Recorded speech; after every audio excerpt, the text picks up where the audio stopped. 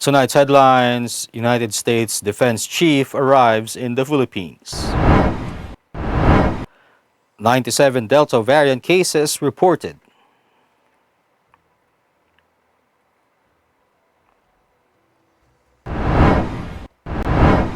Coronavirus cases in the country at 1,572,287. No budget yet for proposed ECQ in Metro Manila. Monsoon rains to prevail over 7 Luzon areas. And Philippine stocks rise after Fed holds rates near zero.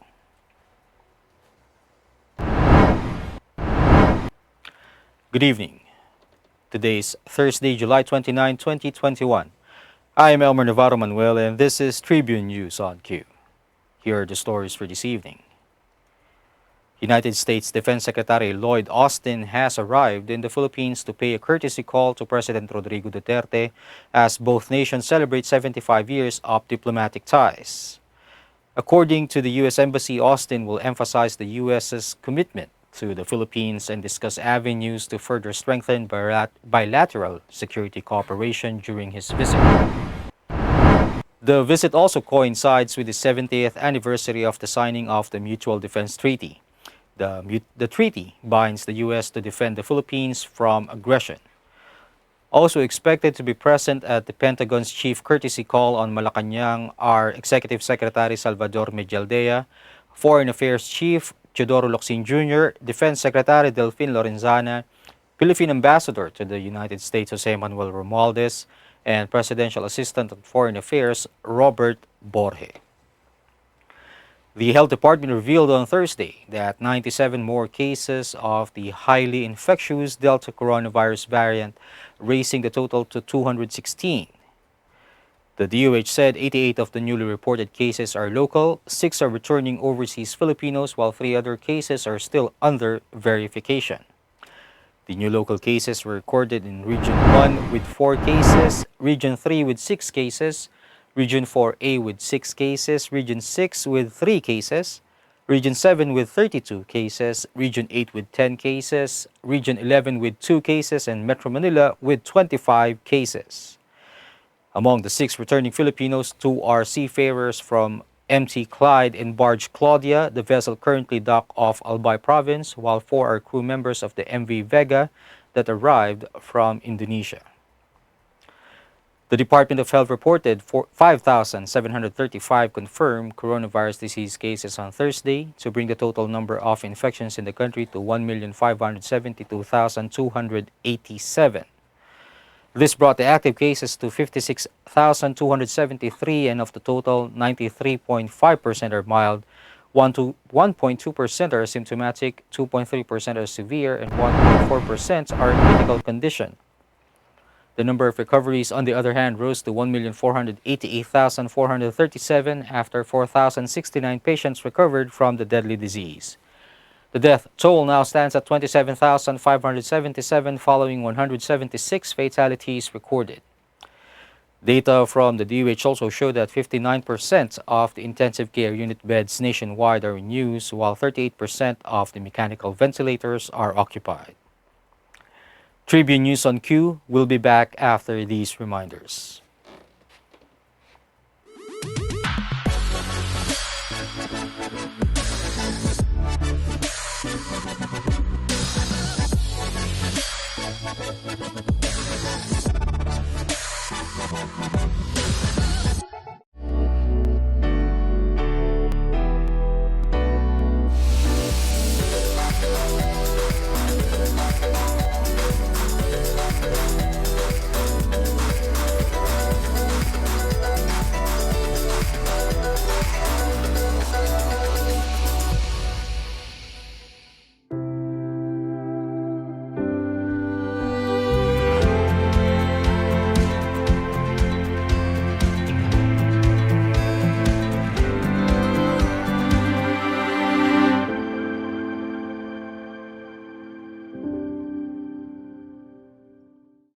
Fiber is the free and secure way to connect with friends and family, anywhere.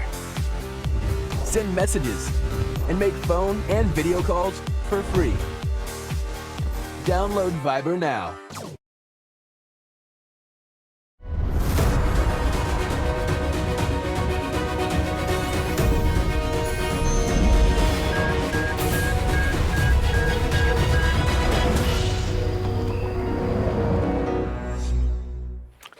In other news, Malacanang Thursday said that the government cannot afford to place the National Capital Region back under the strictest enhanced community quarantine just yet because there is no budget for another cash aid for those who will be affected by the lockdown. Presidential spokesperson Harry Roque assured Metro Manila mayors that they are closely monitoring the Delta variant as they are employing a whole-of-nation approach, stressing that the government cannot haphazardly resort to EZQ because of lack of funds for cash aid. Under the existing government policy, the government grants cash aid to affected residents in ECQ areas since the ECQ protocol limits movement to essential trip and operations of essential services. Roque then stressed that the decision of the government to extend the general community quarantine under heightened restrictions in NCR, which allows limited indoor dining and partial operation of non-essential services, is based on science and the recommendation of competent experts. State Weather Bureau Pagasa announced that the southwest monsoon or habagat is expected to bring monsoon rains over the Ilocos region, Benguet, Zambales, Bataan, Tarlac, Pampanga, and Occidental Mindoro. In its 24-hour forecast, the weather agency warned against possible flash floods and landslides during to moderate to at times heavy rains. Pagasa said the National Capital Region and the rest of Luzon may also experience occasional rains due to the monsoon. Meanwhile, partly cloudy to cloudy skies with isolated rain showers or thunderstorms may be experienced over the Visayas and Mindanao. The weather agency said severe thunderstorms may also cause flash floods and landslides. And in business, the local stock barometer got a breather on Thursday after the Federal Reserve announced that interest rates would remain near zero while the peso sustained its sideways close against the US dollar. The Philippine Stock Exchange Index rose by 23.50 points or 0.36% to 6,496.53 at the closing bell. The broader all shares also rose by 31.94 points or 0.80% to 4,042.03. Regina Capital Development Corporation Head of Sales Luis Mlingan said that aside from vowing to keep key rates near zero, the FED said it would use its full range of tools to boost economic recovery. Volume totaled 925.21 million shares, amounting to 4.8 billion pesos. Gainers led losers at 109 to 70, while 54 shares were in change. Meantime, the peso finished the day at 50.305 to a US dollar, sideways from its 50.37 close a day ago. It opened the day at 50.31 and traded between 50.39 and 50.27. That wraps up the stories tonight. Catch the latest news on our website tribune.net.ph and follow us on Facebook, Twitter, and Instagram. You can also subscribe to our YouTube channel, Tribune Now.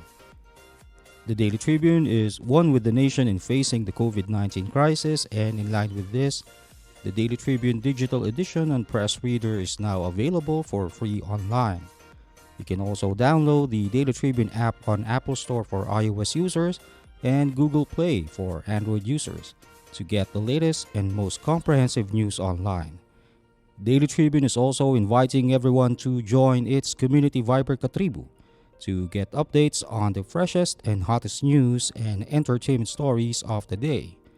Tarcito emoticons are also available on our community Viber. Just click on the link in this video to join. And before we go, we would like to thank the SM Store, Araneta City, Department of Tourism, and Overseas Community Affairs Council member Alan Lin of the Republic of China for their continued support. Again, this is Elmer Navarro Manuel, and you're watching Tribune News on Q. Stay safe, stay healthy, and stay at home. Good night, and God bless us all.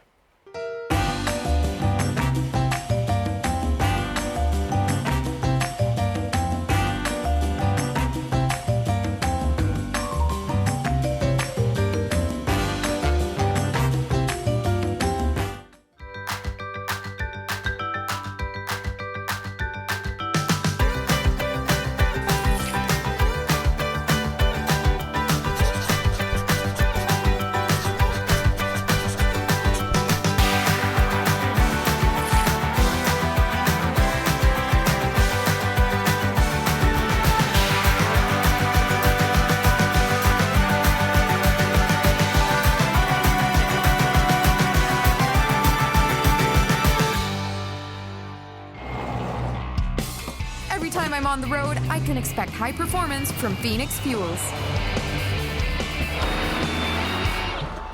Now with Pulse technology, delivers enhanced power and acceleration to make every trip come alive. Manong Joe po, At Ate Maita, ngayong Hunyo, bahagyang tumaas ng 8 centavos per kilowatt hour ang overall electricity rates. Ito'y dahil sa dagdag singil sa WESM. alam niyo ba, pwede kayong i-update na Meralco sa text or sa email gaya ni Sarah G. Sisendan kayo ng advanced updates tulad ng upcoming bill details. Di na kayo kakaba-kaba sa paghihintay ng bills. At anumang mangyari sa bill, masira, mabasa, o mawala, no problem. To get updates, i-update ang inyong contact information sa Facebook Messenger, meralco.com.ph, email, hotline 16211 o Meralco Business Centers.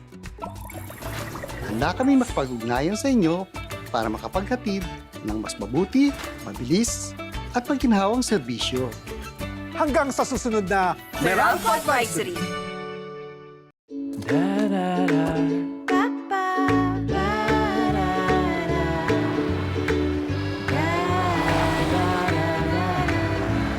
Make long distance easy with the Mirage G4. Hatch something big. The all-new Honda City hatchback with 4 seating modes. Utility mode, long mode, tall mode, refresh mode. The all-new City hatchback. Hatch more life.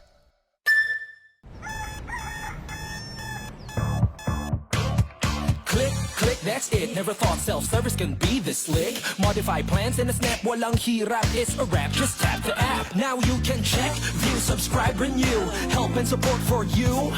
Out with the Ring Ring apps are the in thing. You know what to do. Globe at home and Globe One, all in the Globe app na yan. Self-service and easy to use. Mas okay tayo dyan. Globe at home and Globe One, all in the Globe app na yan. Instant response, no hold time pa, wala nang hintayan. Download Globe at Home and Globe One app, all in the Globe app na yan. Download the Globe One and Globe at Home apps from Google Play Store and Apple App Store now. Download Globe at Home and Globe One app, all in the Globe app na yan.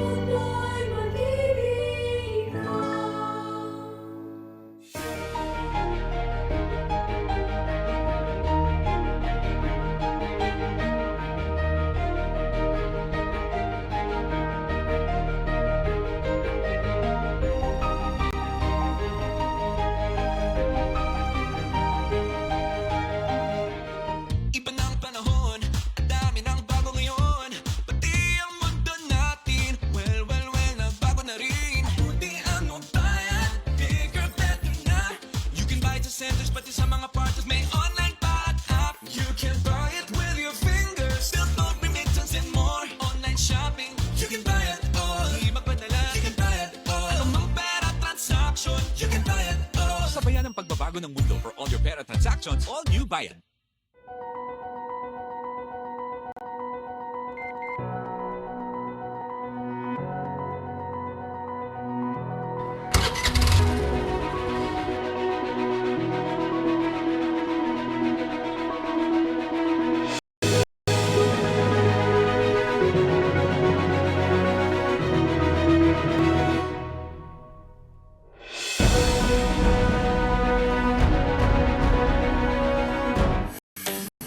Araneta City, home to the country's first indoor shopping mall, the world's original Thrilla, and the first ever Bini Bini pageant.